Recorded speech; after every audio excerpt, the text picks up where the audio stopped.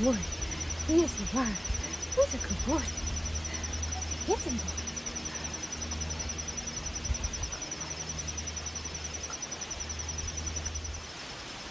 Hi, I'm Danielle. That's my best friend Shadow. And this is the story of how my undead cat has restored my faith in not only God and humanity, but also moments of everyday magic. He'll probably pop back up here again in a minute. He's just very happy to be outside right now. Before I get into the video, I'm just going to go ahead and apologize for two things. The first is that I was deep into the forest before I realized that I forgot my magical microphone at the house. And as you can probably tell right now, the trees are very talkative today, which I do not mind in the slightest, but that means it's probably going to be hard to hear me on camera at certain points in time. I also feel like I'm shouting at the camera right now, so apologies if you can't hear me, and apologies if it comes across as me shouting at the camera.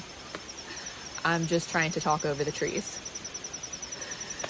The second thing that I'm going to apologize for is that this video is going to be all over the place. We're just going to go ahead and get that out of the way.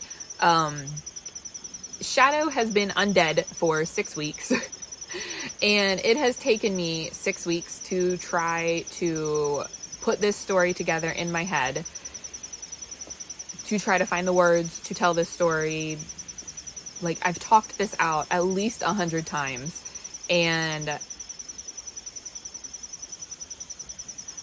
I still fall short with words because this is the most magical, surreal miracle that I've ever experienced in my whole life. So, yeah, I don't have words. So this video is just going to be all over the place. So we're just getting that out of the way right now. So sorry about that, but yeah, it's a crazy story, and it's just going to be a crazy video of me trying to tell this crazy story. And you might be wondering, well, Danielle, if you can't find the words, like, why are you even trying to tell this story? Good question. To anybody who's not been living under a rock, the month of September of the year of our Lord 2025 has been a lot. It's been a lot.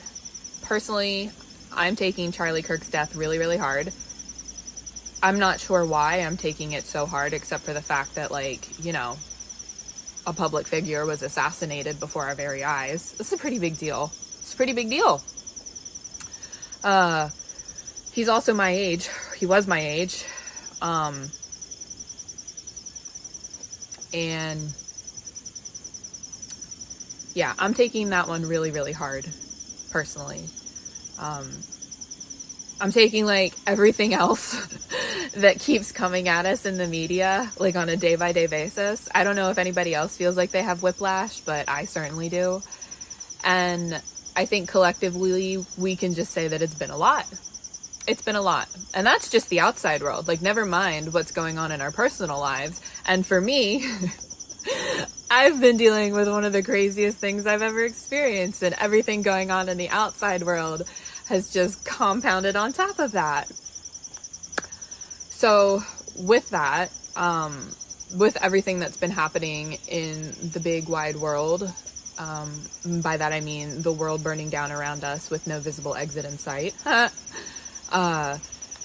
social media just feels incredibly hollow to me right now. I'm not sure why I'm here anymore. What I came here for and the path I've been on aren't one and the same. And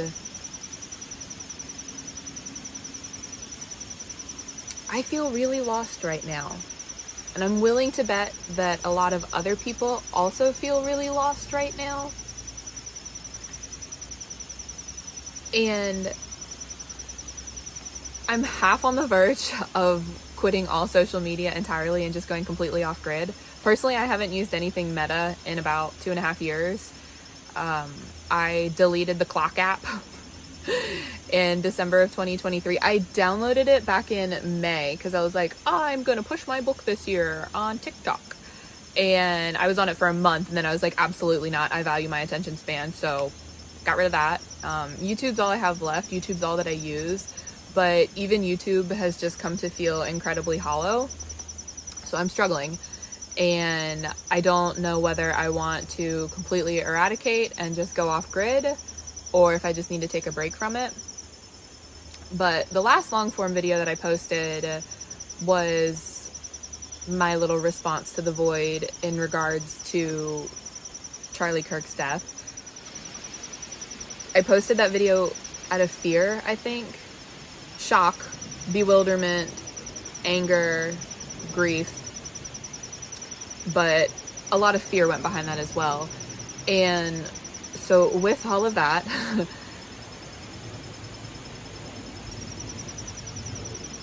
the one thing that I keep coming back to as to why I'm here, why I'm doing what I'm doing, the message that I have, is that ultimately I want to be the light. And I think the balance between light and dark is very off balance right now in our world. I think that you really, really, really do have to be the change that you want to see in the world, no matter how scary it is, no matter if you feel like you have absolutely no idea what you're doing. Unless someone like you cares a whole awful lot, nothing's going to get better. It's not. So if I want to see the balance of light and dark being restored, then I have to be part of the cause that helps restore it. And I'm not saying that this particular video is going to single-handedly restore the balance between light and dark, but as I said, my undead cat has restored my faith in God, humanity, and everyday magic. And if that's not a cause to share a story with the world, then I don't know what is. So that's why I'm here. I'm trying to be the light. And this might be my last video for a while. This might be my last video forever. I don't know. We're still trying to get all that sorted upstairs. But if this is to be my last video, whether it's for a while or forever, I wanted to end on a positive note.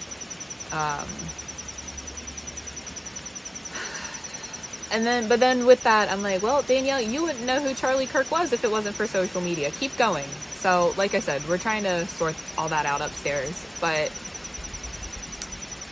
ultimately, I do need some kind of a break. But like I said, you have to be the change that you want to see in the world. And if you want to see the light, you have to be the light. So this is my vain attempt of me being the light. All right. Now that we've kind of got that out of the way, let's actually get into the story. Like I said, it's going to be long and it's going to be all over the place. So prepare thyself. I don't even know where to begin. So Shadow is my best friend in the whole world. I'm not somebody who has a lot of friends out in the wide world. I do count myself lucky for the people that are in my life, but by and large, I don't have a large friend group. And also, when you're a traveler, such as myself, it's hard to maintain friendships when you're constantly on the move. So I've accepted that as a part of my personality and my life path, and that's okay with me. Some people that I meet on my travels, I still maintain contact with, and some people are only there for a season, and that's okay. But Shadow has been with me for many, many years, and he's my best friend. He's been with me through the ups and the downs, and I love that little cat. Earlier this year, he went missing. I didn't think anything about it at first because Shadow has been an indoor-outdoor cat his entire life. He likes being outdoors. He prefers being outdoors. So I'm also a fairly grounded person. Fairly. I'm very in tune with Mother Earth and the natural world and the natural order of life.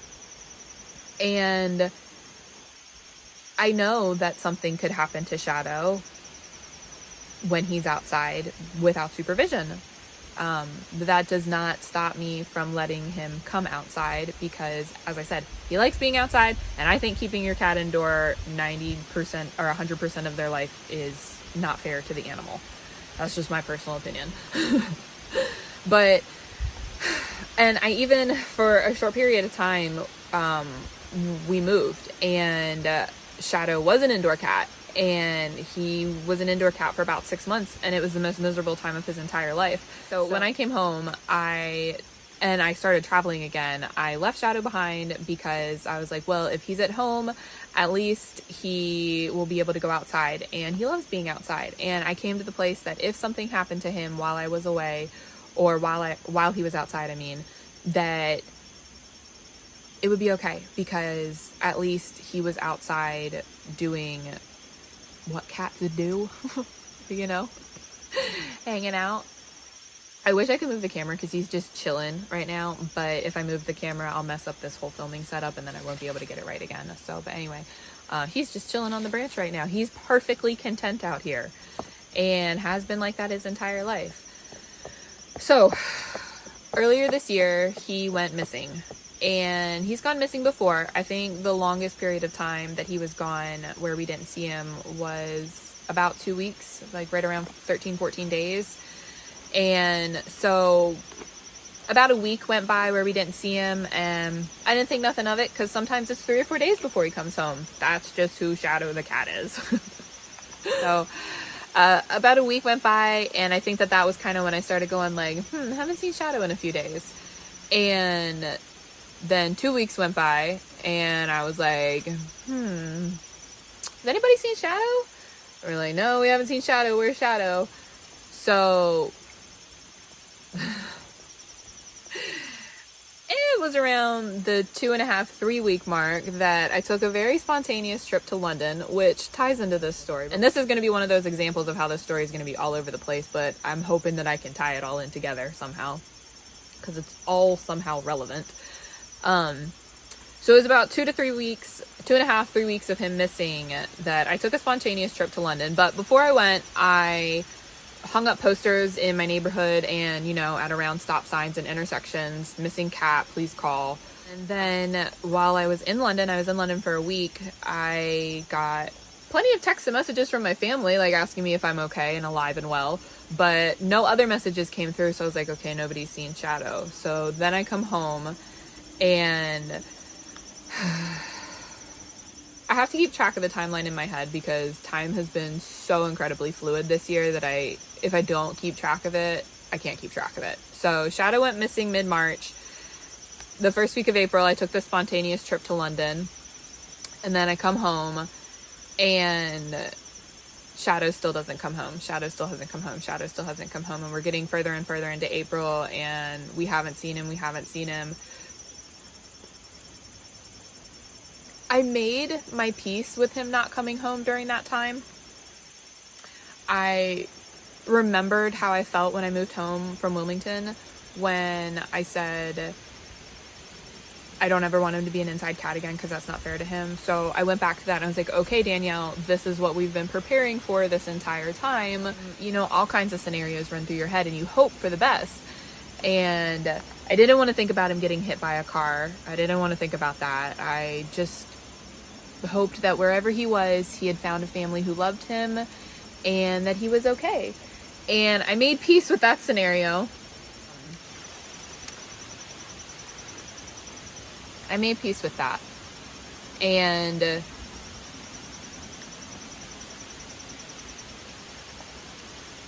I never would have given up hope that he would have come home. Like, don't mistake me. You always, always, always keep hope alive. Always. Like, this is wrong with the world right now, is there's no hope. Not enough people are holding on to hope. Not enough people are preaching about hope.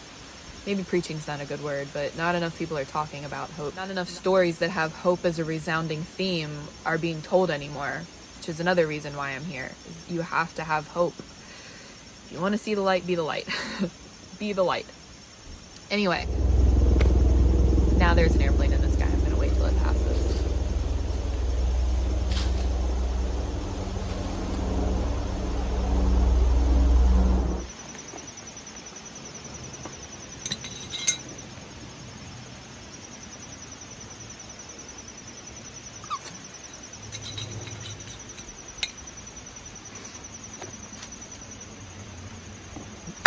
All right.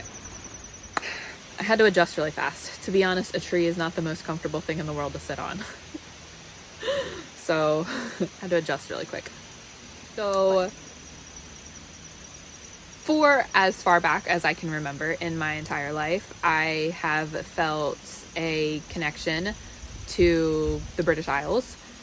I don't really think that that's any surprise, since the majority of my ancestry, well, about half my ancestry, the other half of my ancestry is Eastern European, but the other half of my ancestry is Western European, specifically originating from the British Isles. So I don't really think that there's any big coincidence with me feeling a call towards the homeland. And for my entire life, I have wanted to go there. I've wanted to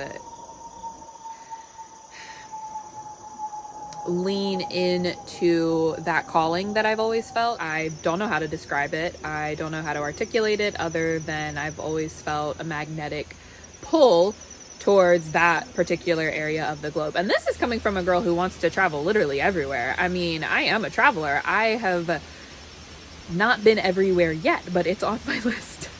If they put me in a spaceship, I'd go to the moon.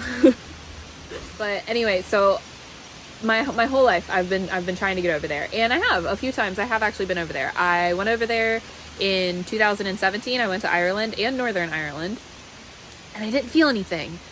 And that was a really, really big disappointment for me, because I thought I was going to feel something when I went over there, and I didn't.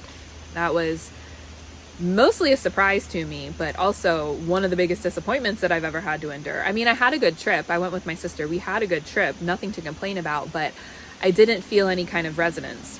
And then in 2023, I went back to the UK. I went to England and Scotland on a trip with my mom. And London was not our destination. We flew into London so that we could take a train from London to Edinburgh. Anyway, we get to King's Cross Station to pick up our train, and we put our packs down, and my mom went to the bathroom. And as I was standing in King's Cross Station by myself, I had one of the deepest moments of resonance that I've ever had in my entire life. 2023, now that I look back at it, was the beginning of what I call my spiritual awakening. I don't have any other word to try to describe it. And I've been a very spiritual person my entire life. I haven't necessarily been a very religious person my entire life, but I've always been a very spiritual person. So I didn't necessarily think that I needed to go through a spiritual awakening, but I guess God had other plans for me. So I'm standing in King's Cross Station, and I had one of the deepest moments of resonance in my entire life. And I remember standing there and thinking to myself, I'm meant to be here. I'm supposed to be here. And coming from somebody who has spent her entire life chasing that feeling and never finding it was pretty profound. Now, I don't really think that I was meant to be at King's Cross. That's not what I interpreted it as. I interpreted it as London. I also kind of like interpreted it as the UK in general, but I was like, I've been to Ireland, I've been to Northern Ireland, and I did not have this feeling then. I did not have that feeling of resonance in Edinburgh, which is the surprising thing to me. I was like, oh, surely on this trip I'm going to feel it. I did not. I did not. That was very surprising to me. So I was like, it had to be London. It was something about London. So, like I said, that was October of 2023. It took me until this year, to go. And like the whole time I was like, I gotta get back to London. I gotta get back to London. I gotta get over there. Like that pull, that tug, that magnetic feeling that I've felt my entire life. Like it was just growing stronger and stronger and stronger by the day. So I really was not planning to go over there. But for some reason in March of this year, I woke up and I was like, I gotta go to London. So I just like casually emailed my boss and was like, I need off the first week of April. Can we make that happen? And she was like, maybe. Why? What you thinking about? And I was like, I think I'm gonna go to London. And she was like, absolutely, we can make that happen, because that woman just loved me and I love her. I have so much love for that woman. God sent me my boss, both like my manager and the owner of the company. And the video where I quit my job, I even talked about how much I loved my manager and the owner of the company. God sent me those two women. I swear God sent me those two women because I needed them in my life. But anyway, so my manager was like, sure, go to London. I can't wait to hear all about it. Supports all of my spontaneous decisions, which is why I love her. And yeah, so then I was like, okay, well, now I've told the office that I'm going to go to London, so I need to figure out how to make this happen. And if we remember from the beginning of the video, this was also during the time that Shadow went missing. So I took off. I told the entire office that I was going to go to London. Did I tell people? I don't remember that I told people. Maybe I did tell the office. I told my manager and I told the owner, and that was enough for me. I was like, crap, now I got to make this happen. So I started buying tickets and I rented an Airbnb and started investing a little bit of money into this adventure. And then Shadow goes missing. I was like, well, what do we do now? Do I cancel my trip because my cat's missing? Do I go on my trip? It was a hard decision. Like, I felt like a very irresponsible pet parent because I took a trip to another country when my cat was missing. But at the same time, you know, I live with my family, and I knew that if he came home, my family would take care of him. I knew that my family were still going out into the backyard and calling and, you know, whistling for him every night. And I knew that if a text came through and I was like, somebody found Shadow, go pick him up, that they would do that. And I had already invested money into this, you know? Money rules everything. So I went on the trip. And then it was the most profound trip of my entire life. We're still trying to sort out a lot of what happened in London upstairs, but it's okay, you know? Not everything is meant to be figured out all at once. Some things take time to sort through, and they're meant to. So when I was in London and I decided, I was like, this is it. I'm doing it. I'm following my dreams. I'm pursuing my passion, and I'm doing what I want to do. And Shadow's going to be a UK cat. I literally had this thought as I was riding around the bus one day. I was like, well, Shadow's just going to be a UK cat, and he's just going to have to get used to that. And we're just going to have to figure out how to adapt.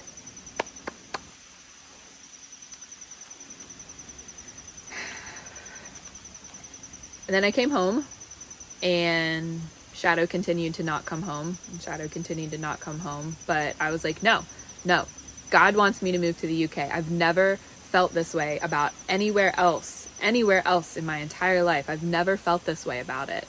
I don't have a desire to move to Morocco. I don't have a desire to move to Japan. I don't have a desire to move to Spain. I don't have a desire to move to France. Like, I don't have a desire to move to Mexico. I don't have a desire to move to Peru. Like, I have a desire to move to the British Isles. I don't know why there, especially because I've never met anyone else in my entire life who resonates with that. None of my friends growing up really wanted to travel. Like, that was hard enough. But then I think I just didn't even talk about the desire of wanting to move to the UK because I knew nobody got it. I'm from a really small town in North Carolina. Like, people grow up here and they stay here, and that's okay because that's their life path. But from a very young age, I was like, no, this isn't it. This isn't for me. Like, I feel called for something different. And then I've even like talked to my family about it, and my family are just like, we don't know why you feel that way. We don't feel that way. This is home for us. And I'm like, this is home, but this isn't home. The open road is also home for me, so that's kind of hard. But I don't know. I feel called to go somewhere else. And when I'm actively in the UK, it feels like home. I don't know how to articulate that any more than that. And maybe I'm crazy for having those feelings, but whatever. I'm not fighting it anymore. I'm not arguing with it. I'm not trying to figure it out. I'm trying to lean into it the best I possibly can. So, I come home and I'm still like in that mindset. I'm moving to the UK. I'm going to figure it out. I don't know what we're going to do, how we're going to get there, because nobody likes Americans to move to their country unless they have a shit ton of money, which I do not currently have. So I don't know how we're going to get there, but that's okay. When God wants you to do something, God makes it happen, right? So we're going to figure it out.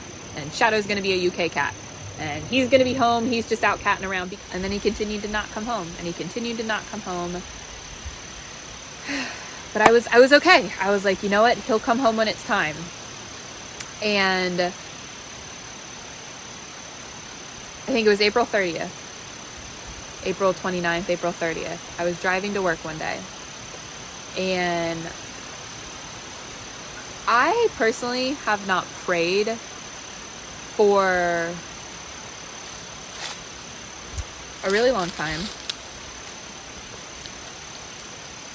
And I haven't just openly spoken to God in a really long time. I'm trying, since April 30th, I'm trying to get really better about that. So April 30th, I'm driving on the way to work, and I spoke to God. I had a conversation with God, and I said, God, I really feel like I'm supposed to quit my job. And I had already been thinking this for a while. I started thinking to myself, it's time, which is why I think that I woke up one day and was like, I want to go to London. Because it just tied into everything being time. And I realized that I was too comfortable there. And I'm somebody who thrives in being uncomfortable. I don't like being comfortable because I think comfort brings stagnancy a lot. So I recognized that I was comfortable there. And on April 30th, getting back to that, in my conversation with God, I'm driving to work and I said, God, I think I'm supposed to quit my job. Or I feel like I'm supposed to quit my job. I feel called to quit my job. I feel called to pursue publishing my book. That's what I was ultimately trying to do here in the first place, was trying to market my book. We're not doing so good on that front, but it's a journey. Anyway, I was like, God, I feel called to pursue my creative endeavors. Like, now is the time. Now is the hour. I feel like it's time. So I said, God, if it's time, please send me a sign. And I asked for a specific sign, and I got that sign 3 times that day. 3 times that day, I got that sign. If you don't ask for the sign, you can't receive the sign, right? And some people might say that it's confirmation bias or it's coincidence, but I'm not a person that believes in coincidence. And I literally even said this to my manager and to the owner when I put in my notice with them. They were like, why are you leaving? And I was like, I prayed and I asked God for a sign, and God gave me the sign 3 times. I said, and if God gives you the sign 3 times, do you ignore God? And they were like, no, you don't ignore God. And I was like, great. I was like, so I think it's time for me to leave. And they were like, well, when you put it like that, I think it's time for you to leave too. So I parted on very, very good terms with them. But yeah, if you ask God for a sign and then God gives you the sign multiple times, do you ask God for another sign? Do you go, hold on, that one wasn't quite clear, can you send me another? No. No. if you ask for a sign and God sends you the sign, you're supposed to follow it. So I got this, like I said, I got the sign 3 times that day. I got it before I went into work, literally before I went into work. I got it at work. And then that evening, my car needed to be dropped off at the mechanic. So I drove to the mechanic, and my sister picked me up at the mechanic. And as we were driving home, I was talking to her about this, and I was like, I think I'm going to quit my job. I got the sign. And then literally, like, as we were driving home, I got another sign, and I was like, you can't make this shit up. and my sister was like, maybe you should quit your job. Maybe God's talking to you. And I was like, right. So that very same night, the night that I asked God for the sign to quit my job and I got it 3 times, that very same night was the night that I learned that my family had found a dead cat in the backyard. And we have been dealing with a cat colony for like 5 years. It's been a lot. And out of all of these strays that we take care of in the neighborhood, because there's a lot, everyone was accounted for. Everyone was accounted for except for Shadow. So you tell me what you would think.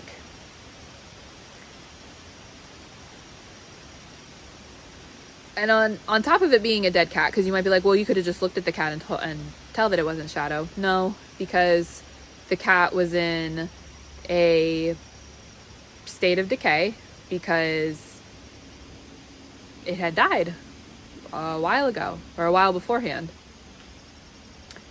And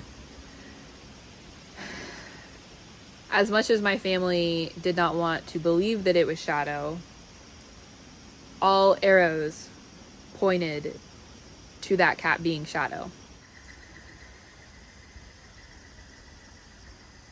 Some birds chirping off in the distance. And what made it worse was that it looked like the neighbor's dog had gotten him. So that really made me feel like the worst pet parent in the entire world. And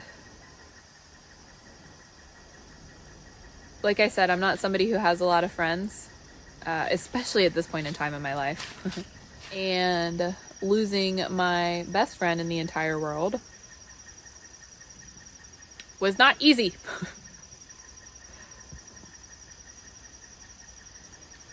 It was not easy. In fact, it was really, really hard. But when I woke up the following day, I was like, that's it. That's it. I'm quitting my job. Because Shadow was one of the main reasons that I had decided to stay home. It was also about me pursuing creative endeavors and writing the book, but then I wrote the book. Your life can change so fast if you let it. If you welcome in change, take the steps towards change, and then actively embrace the change when it starts arriving, your life can change so quickly. The person I was a year ago, I'm not that same person. The wants and desires of that person, they're not in here anymore. The person I was 6 months ago is a different person. But a year ago, I was perfectly content to continue being a nomad. I've been trying for a few years to get everything sorted to the point where I can get a camper big enough so that Shadow could come on the road with me. That's been my ultimate goal since I started traveling full time. I was like, I want to figure out a way to get Shadow on the road with me. And since I had yet to accomplish that, I came to the point where I was like, I'm tired of leaving him behind. What's the point of having a pet if you never actually are with your pet? So I stayed at home. And I was like, I'm not leaving until I can figure out how we're leaving together. And then Shadow left me. That little shit. Shadow left me, and simultaneously, absolutely nothing made sense, and everything fell into place. That's a very strange place to be in. To have nothing make sense, and yet everything makes sense.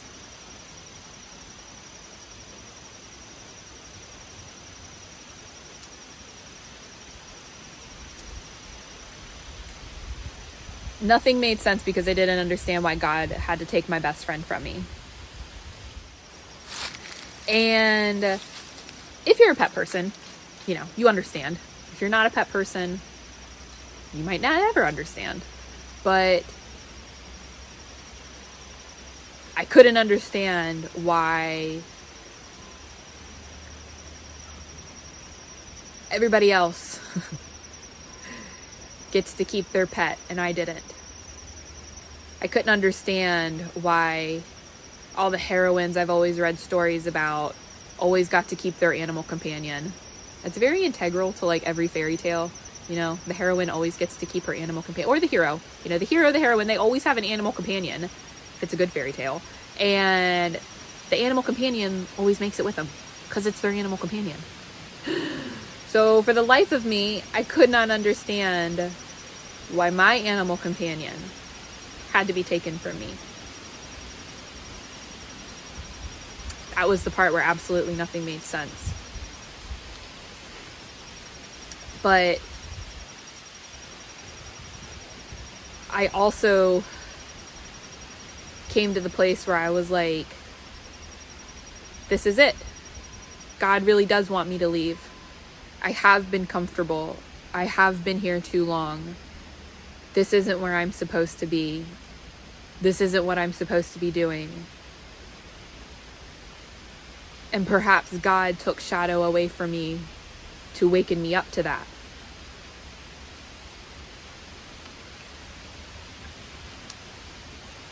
I had thought that Shadow was supposed to come with me.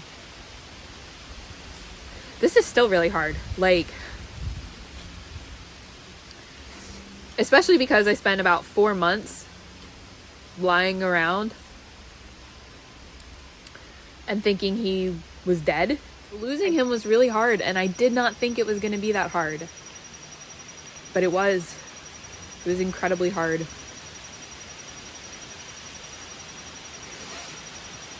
And I woke up and I was like, no, I'm done. This job isn't bringing me emotional or spiritual fulfillment. It's not a bad job. I like the people that I work with, but it's not what I'm meant to be doing in the big wide world. So with him dying, it's still really hard to get those words out. I just decided that there was nothing left for me here. This is home. This will always be home. And my family's here, but I have no friends here. I have no outside relation to this place other than that it's home. I don't even have the desire to be here. So I was like, what am I still doing here? I have no ties left here now. And now I don't have to worry about figuring out with Shadow. Now I just have to worry about figuring it out for myself. And truthfully, being a nomad, I probably should have a dog as a pet. And I like dogs. I've had dogs before, but I got Shadow and then I became a nomad. So, but anyway, cats aren't really nomadic animals. I think you can train a cat to be a nomadic animal. But by and large, I don't think that cats are nomadic creatures, or they don't handle being on the road as well as dogs do. So I was going to put Shadow in a camper and have him live that lifestyle. We were going to figure it out together. But with him leaving, there was nothing holding me back. There was nothing tying me here anymore. So I quit my job and I was like, we're done. We're leaving. But by and large, June and July is just kind of a blur. I was just going through the motions, and I don't even think I was doing that very well. I was so surprised at how much I grieved my rotten soldier. I love him so much. I grieved the passing of him hard. And then August came, and we were about 2 weeks into August, and I woke up one day and I said, okay, Danielle, it's time to get up. Because there comes a point in time where you have to get up. You either get up or you don't ever get back up. And I said, are we going to never ever get back up? No, that would be an insult to Shadow's memory, to Shadow's sacrifice. Get up, get back to it, and figure it out. So I was like, okay. So I started getting things in order. I packed a suitcase. And I told my mom, I was like, I'm leaving at the end of the month. And she was like, where are you going? And I was like, I don't know. Which, I have been wanting to do that my entire life. Just set out into the great wide unknown and see what awaits me out there. I always have a destination. Unless I'm doing like a spontaneous road trip for the day and I'm just like, let's see where we end up. Because I do that a lot. But I've never like done it for an extended period of time. And I think that I had just decided, I was like, okay, well, I have nothing holding me back anymore. I genuinely do not know what I was going to do. I was just going to set out. And like, what a brilliant and fabulous idea. Just setting out and seeing what you find. I love it. I've never read On the Road by Jack Kerouac, but I would like to. The past 5 years of my life, I watched the movie. There was a movie. They did a movie about it. And I watched the movie actually before I started traveling, which was funny.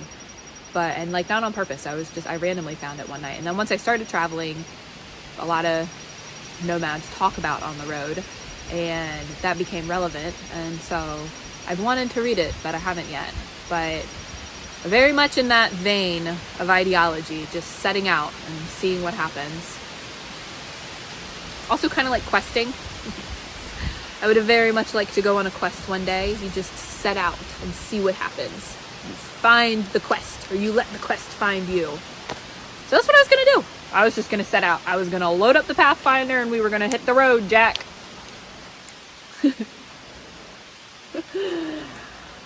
And then August 30th, I went to the doctor. I was dealing with an ear infection.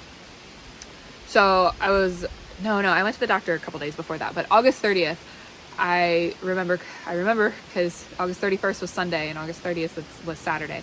So I was still having the ear infection and dealing with that and a lot of pain from that. But I also was on a course of antibiotics. So I was like violently ill from the antibiotics and the amount of Tylenol that I had taken, because, you can't get pain medicine in this country anymore unless you're a drug addict. So between all the antibiotics that I had taken and all the Tylenol I had taken and the food that I had not eaten because I was in an extreme amount of pain, I became violently ill on Saturday. I slept all day Saturday, August 30th. And then Sunday, August 31st, I woke up, I was feeling a little bit better. And I rejoined humanity for a little while. But then later in the afternoon, I decided, I was like, I'm going to take a nap. I'm not feeling well. So I took a nap. And then when I woke up from my nap, I had 2 missed phone calls. One was from the microchip facility telling me that my cat had been found. The second was from an angel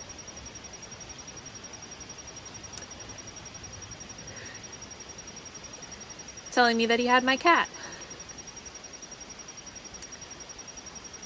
When I mean to tell you that I thought that it was a scam, I genuinely thought that it was somebody scamming me.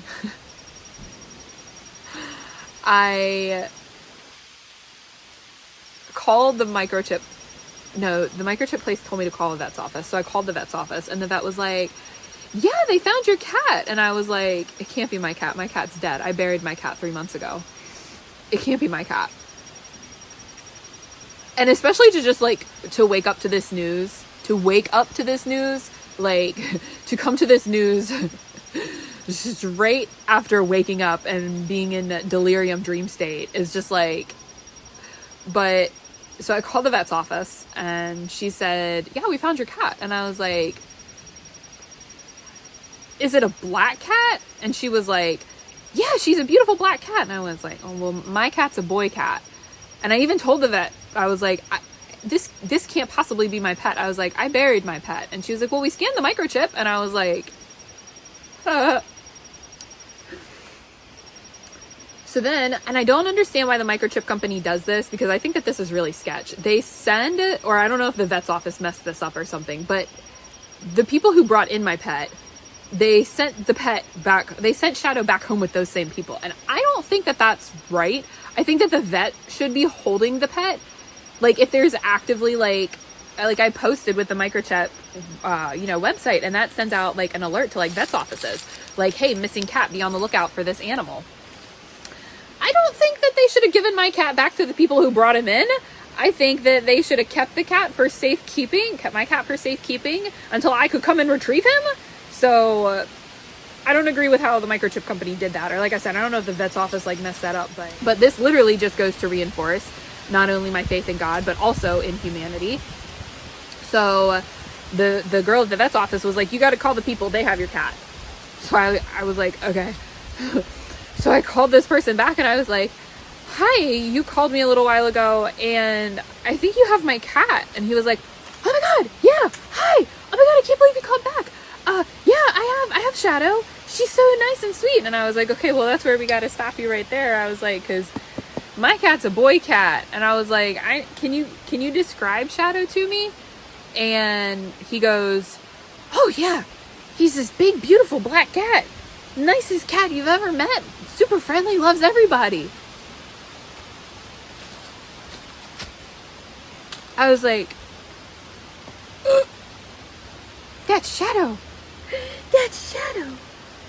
They have my cat. My cat's alive. I mean, so within an hour, I found myself at the friendly neighborhood Dollar General, where I met 2 angels who brought my best friend home to me. And to LaRon and Mitch, if you ever see this, please know that I am eternally grateful, because LaRon, you could have kept Shadow. He liked Shadow. He liked Shadow a lot. He wanted to keep Shadow. He asked me, he said, do you want Shadow? And I said, yes, I very much want Shadow.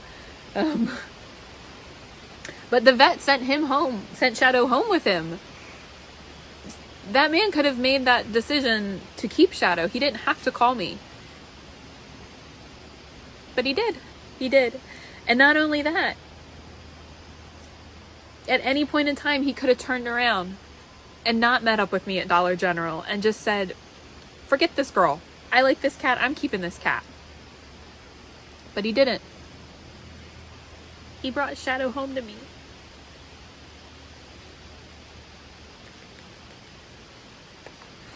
He gave him this nice bow collar, which it's pink because they thought he was a girl.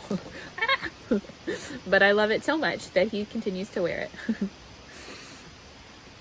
And he has to wear a collar when we're outside now so that he knows that he belongs. Can't go running away again. The funniest part about all of this is that we live within like about 5 to 10 miles from a haunted house, like Halloween attraction. And I've never actually been. My sisters have been a couple times. It's a good time, or so they say. I've never been, but that's where he was the whole time. We don't know how he got over there. There was a neighbor who had a moving truck, and there is a storage facility near the Halloween haunted house attraction place. So we think that maybe he snuck on board the moving van and then escaped over there and then just decided to hang out at the haunted house attraction, which it's literally just the most fitting thing in the entire world that my black cat decided to hang out at the haunted house Halloween attraction. He was there for like, I don't know. The guys said that they went over there to start doing work to help get it ready for the season. And the owners of the property were like, yeah, he's just been chilling in that haunted house display for like a few months. My family and I just think it's just very, very funny that the black cat just decided to stay at the haunted house. Like, we also like to think of ourselves as the Addams family. So it's just like cherry on top of the entire experience. So yeah, I went to the Dollar General and Laurent gave me my cat back, and I am so incredibly grateful to that man. And I just think it's really, really funny that Shadow came home the day before I was going to leave. I told you, I started getting everything ready to leave. I got my gear together, I packed a suitcase, I got my paperwork in order, like filled the car with gas, ready to go. And he came home the day before. It's almost like it was divine intervention, if you believe in such a thing. I think that personally, I've always believed in such a thing.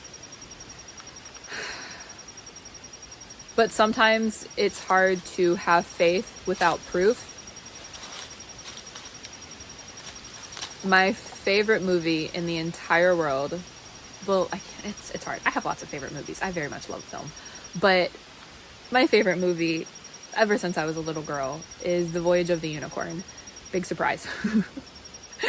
And something that they say in there, in that movie, it's based off of a book, and I've never read the book, but so I don't know if this is from the book, but it's from the movie. The underlying story, the underlying message of the story is, by believing, one sees. It's kind of like also in the Santa Claus, how the little elf told Tim Allen, seeing isn't believing, believing is seeing. I love the Santa Claus. I love all of them, but specifically the first one. The first one's the best. That's like one of my favorite Christmas movies. But I love that movie in general because it's just so whimsical. Like when the cookie comes out of the sleigh, like, can I get a CD-ROM thing that produces a cookie and hot chocolate in my car? Why don't we have that technology yet? Why is that available in Hollywood only? I think we could have that technology in our cars if we really wanted it. And I, for one, want a cookie dispenser in my CD. I think that Charlie even says that in the movie. CD, cookie dispenser. I want a cookie dispenser in my car. Maybe he doesn't call it a cookie dispenser, but I want a cookie dispenser and a hot chocolate dispenser in my car. And I love that movie. But anyway,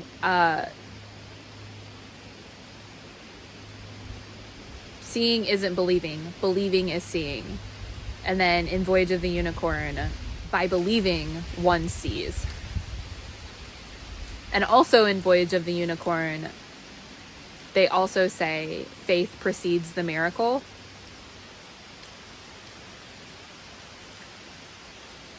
And at this moment in my life,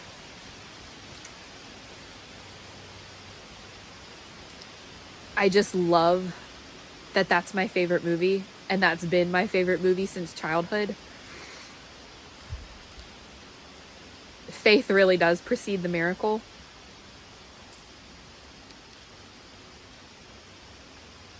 I didn't pray to God to bring Shadow back to life. And while we're on the subject, allow me to just say that necromancy is widely considered amongst the wizarding community to be dark magic. And we are not over here practicing dark magic. I did not go out into the woods and raise Shadow from his grave. Nope. I buried him and thanked him for the many years that we had spent together. And I thought I allowed him to cross the Rainbow Bridge into his next life. My mom's coworker thinks that Shadow coming back to life is the most magical thing that he's ever experienced in his entire life, and he didn't even experience it. He genuinely thinks that Shadow dug himself out of his grave and walked home. I'm not quite sure what to think happened. I don't know anybody that has ever had something even remotely close to this happen to them before. If we didn't bury a cat, it wouldn't be that magical. If we didn't bury a cat when Shadow was the only cat unaccounted for, it wouldn't be as magical. But Shadow was the only cat unaccounted for, and we did bury a cat, and we all grieved him and his passing, and quite frankly, none of us know how to feel about this turn of events. I mean, we're all very happy he's home. Don't get me wrong. I give thanks to God like at least 10 times a day.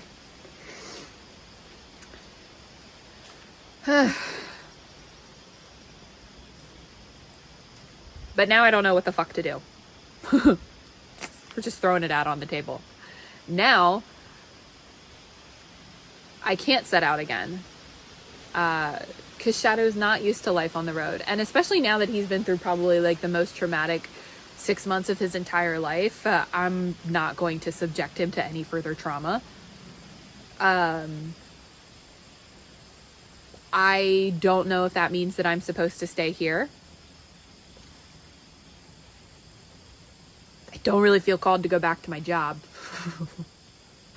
In fact, I don't feel called to do anything. I still feel called to go to the UK. That has not dissipated. That has not dissipated in the slightest. And I've had plenty of miracles over the course of my life. Some big, some small, you know? But whenever a door has closed in my life, a window has always opened. And I do genuinely believe in that. Especially so when you're living in alignment, when you're living in your purpose, or in what you feel is your purpose. And I guess that's how this all ties in together. Hopefully I tied it in on your end. Hopefully the puzzle pieces make about as much sense, or at least as much sense to you as they do to me, because don't worry, they don't make much sense to me. I feel like I'm grasping at straws, but at the same time, it all just makes sense. Nothing makes sense and everything makes sense. Make that make sense. So I think that that's also why I need a little bit of a social media break. I need to detox digitally and get back to what's important, which is my book, and working on my book, and working on the next book. And trying to figure out what to do from here, where to go. Trying to figure out where to go from here and what to do next. There we go, that's right. I don't have the answers right now. So much of my life this year has made very little sense.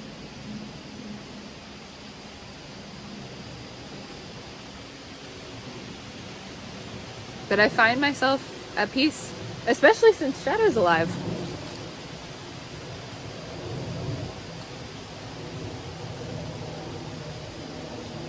There's another airplane coming, so we're gonna sit and think for a second.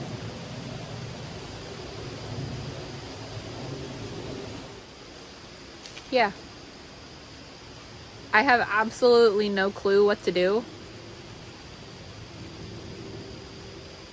But I'm okay with that. And honestly, every time I've tried to plan anything in my life, it doesn't go to plan. Spontaneity works best for me. Maybe I've never been living in true alignment before. Maybe I've only been like half living in alignment.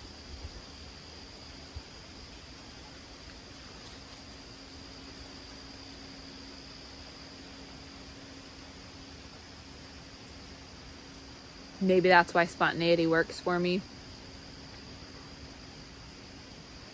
because I feel called to do something and I'm like, oh, I'm going to go do that. But when I try to like plan long term, it doesn't work for me. I shouldn't speak that out into the universe. I should say, when I make plans, they work for me. Our thoughts, our words,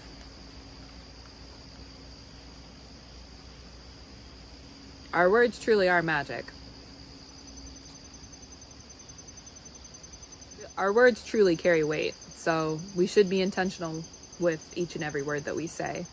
That's something I've been practicing a lot in the past 2 years since the spiritual awakening. I've worked on really being very intentional with my words. I've worked on being intentional with the life I want to follow and live, the life journey, the life path I'm choosing. And right now, I just don't know. But with that, again, shadow came the day before I was going to leave.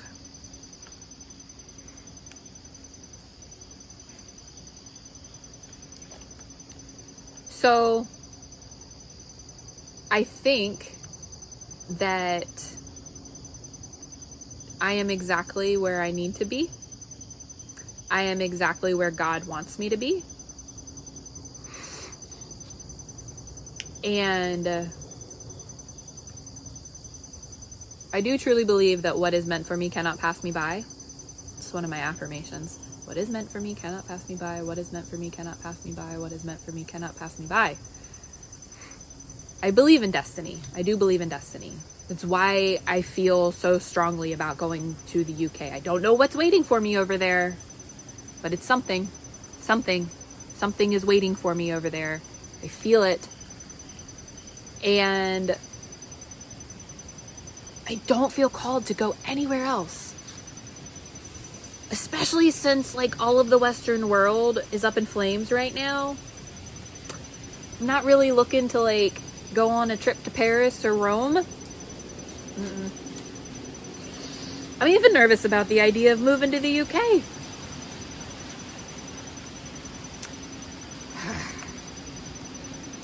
And me wanting to move to a foreign country has nothing to do with politics and everything to do with a deeper spiritual calling.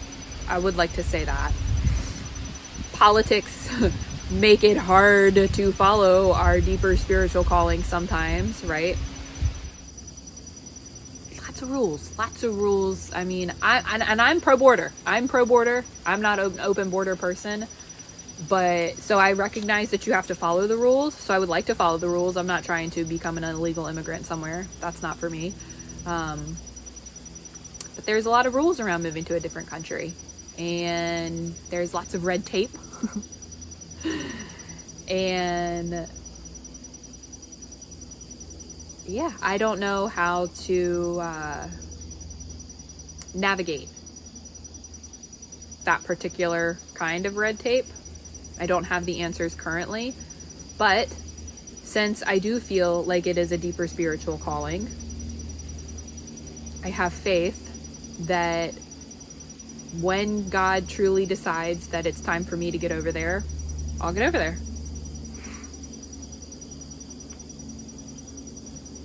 I don't know what I want somebody to get from this message, from this story, other than have faith. There's always a light at the end of the tunnel. If you're coming across this video and you've just recently lost a pet, I can't promise you that God's going to bring your pet back to life. That most certainly isn't what I'm trying to do here. I think that I am the luckiest girl in the entire world because my cat did come back to life somehow through magic, through miracles.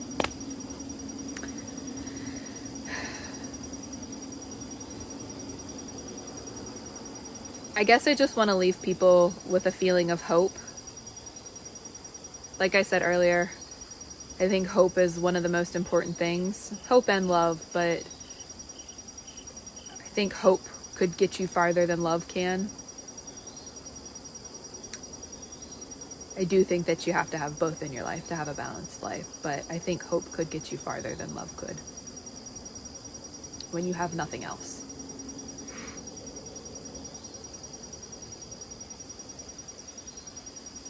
My absolute favorite book of all time is A Tree Grows in Brooklyn by Betty Smith. I read it for the first time in 6th grade, and it's been my favorite book ever since. And I have read all of Betty Smith's books. She only wrote 4. And another of her books is called Tomorrow Will Be Better. And I think Betty Smith does an incredible job at finding the silver lining in life and having her characters find the silver lining, because you do have to find the silver lining. You do have to have hope, and you do have to have faith. Like, I'm not telling you what to have faith in, but I'm telling you to have faith. And if you don't have faith, you should work on that. I don't have any practical advice on how to go about doing that for yourself.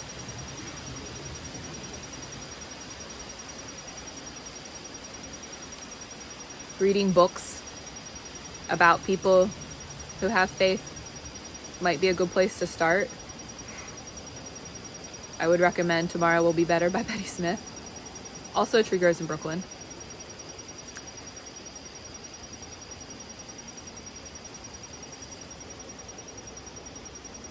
You could watch more videos like this about people talking about faith. I've been doing that a lot lately, watching videos about people and their experiences with God and how they came to the place that they've come to that inner peace, that stillness. Everything isn't supposed to make sense. That's the joy in it. That's the beauty in it. We're not supposed to have it all figured out. If we had it all figured out, nothing would be a surprise, and we would be jaded.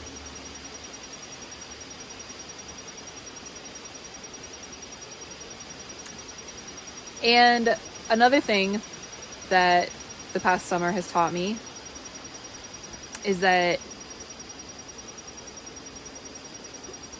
light and dark have to coexist together. Good and bad have to coexist together.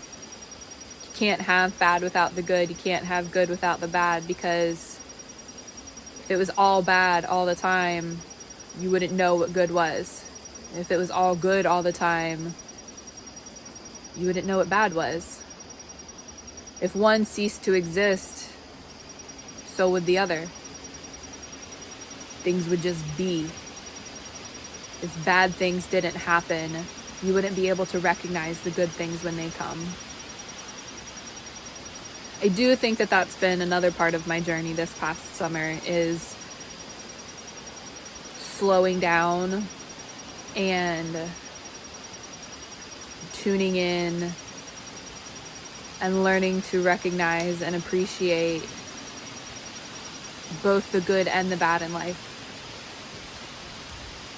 You can't have one without the other. And when it's bad, it's okay for it to be bad. And when it's good, it is so okay for it to be good. And when it just is, it's okay for it to just be. Every season in its time.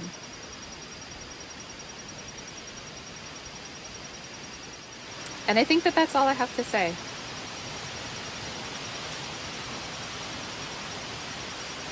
I hope you got something out of this video, out of my story, out of Shadow's story. The story Shadow would be able to tell if he could speak English.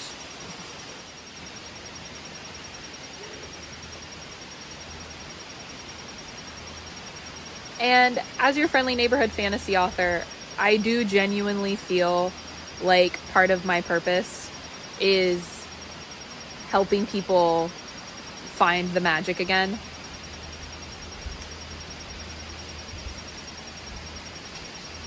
So I hope that this video helps you find the magic again. And I don't know when I'm going to be back to YouTube. I don't know if I'm coming back to YouTube. But again, if this is to be the end, even if this is just to be goodbye for a little while, I still wanted to leave on an uplifting note. So go forth, have faith, and believe in magic. And I will see you around.